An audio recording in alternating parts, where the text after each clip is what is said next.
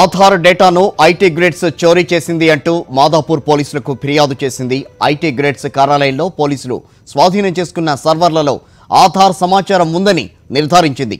ఈ సమాచారం పూర్తి గోప్యంగా ఉండాల్సిందని, అయితే ఐటీ గ్రిడ్స్ ఎక్కడి నుంచి చోరీ చేసిందో పోలీసులు తేల్చాలని కోరింది.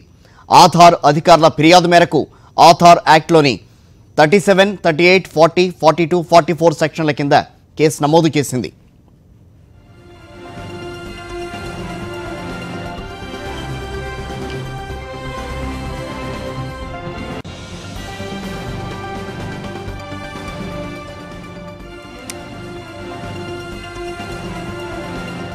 దీనికి సంబంధించి మరింత సమాచారాన్ని మా కరెస్పాండెంట్ సాయి కిరణ్ అందిస్తారు. సాయి కిరణ్, చెప్పండి.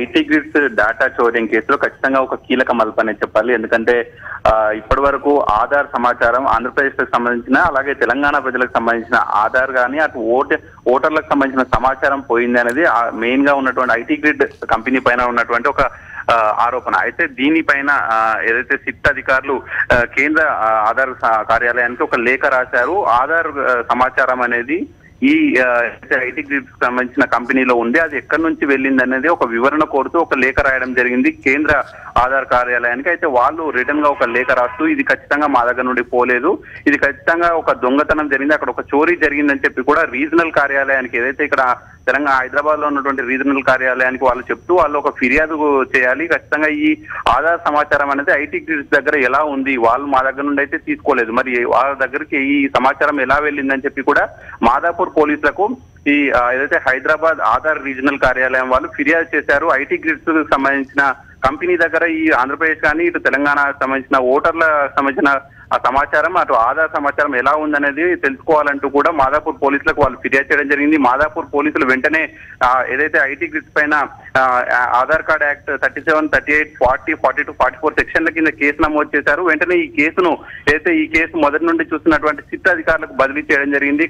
ఐటీ గ్రిడ్స్ దగ్గర ఈ ఆధార్ సమాచారం ఎలా ఉంది, ఏదైతే ఈ ఆధార్ సెంటర్ నుండి అయితే ఈ సమాచారం వెళ్ళలేదు, మరి వీళ్ళు ఎలా తీసుకున్నారనే దానిపైన ఖచ్చితంగా విచారణ జరగాలని చెప్పి కూడా అటు ఆధార్ అధికారులు కూడా ఈ ఏదైతే ఐటీ గ్రిడ్స్ పైన కేసు నమోదు చేయడం జరిగింది. అయితే మరోవైపు మాత్రం ఏదైతే ఐటీ గ్రిడ్స్ యజమాని ఉన్నాడో అశోక్, ఇంతవరకు పోలీసులు నోటీసులు ఇస్తున్నప్పటికీ కూడా ఆయన ఒక వివరణ ఇవ్వలేదు. ఇంతవరకు పోలీసులకు సంబంధించిన విచారణకైతే హాజరు కానటువంటి పరిస్థితి ఉంది. అయితే దీనిపైన సిట్ అధికారులు ఏ విధంగా ముందుకెళ్తారనేది కూడా చూడాల్సిన ఉంది కిషోర్. అంటే ఇప్పుడు ఆధార్ అధికారులు ఏదైతే వాళ్ళ మీద చెప్తున్నారో ఈ వ్యవహారానికి సంబంధించి ఐటీ గ్రిడ్స్ అధికారులు ఏమైనా ఇప్పటి వరకు స్పందించారా? దానికి అంటే ఇప్పటికీ అశోక్ ఇంకా అదుపులోనే ఉన్నాడు, పోలీసులు అదుపులో ఉన్నట్టుగా మనకి సమాచారం. కాబట్టి ఈ నేపథ్యంలో అసలు వాళ్ళు ఏమన్నా దాని గురించి బయటికి మాట్లాడారా?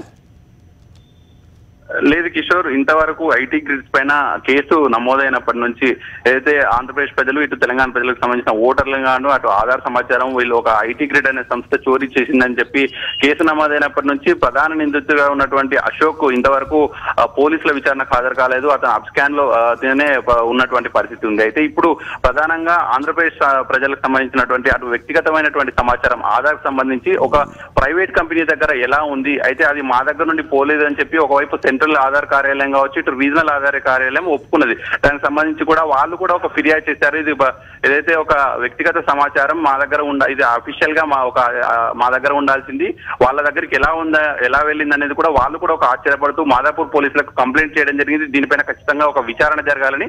బట్ అటువైపు ఐటీ గ్రిడ్స్ సంబంధించి మాత్రం ఒక ఆంధ్రప్రదేశ్ ప్రభుత్వానికి సంబంధించిన అండదండలతో వాళ్ళు ఇంతవరకు కూడా ఒక విచారణకు హాజరు కానటువంటి పరిస్థితి. పోలీసుల నోటీసులకు కూడా ఇంతవరకు హాజరు కాలేదు.